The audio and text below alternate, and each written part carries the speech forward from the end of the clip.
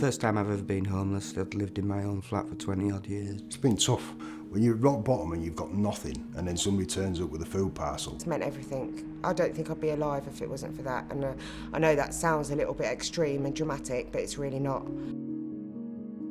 How I came to begin to run Green Pastures was we've been working with the local authority to get some money from the European Common Market to house people that are under the pier.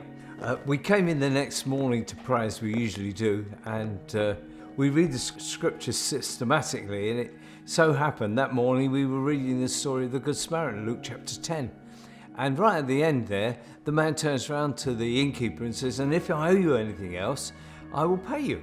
And suddenly we realised that God was saying to the Church of Jesus Christ, you've abrogated your responsibility, you need to be putting your hands in your own pocket, and you need to be buying the property, and you need to be housing those people, because that's what I've given you to do.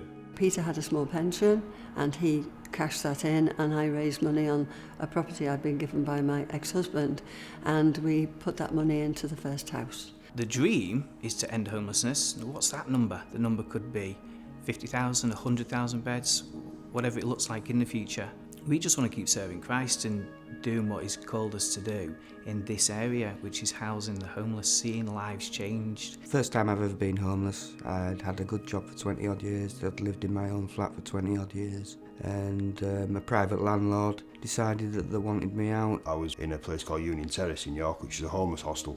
I ended up in there because I was alcoholic.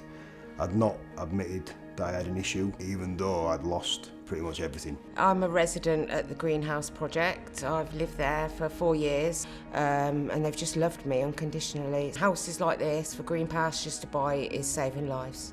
I've been in this flat now coming up 3 weeks. The help it gives people is something else. From being in a hostel to going into Restore was like moving into a palace. It's a massive step forward, and the support that you get from Restore as well is really, really good. It gives you your confidence back and gets you back onto the road of recovery, basically.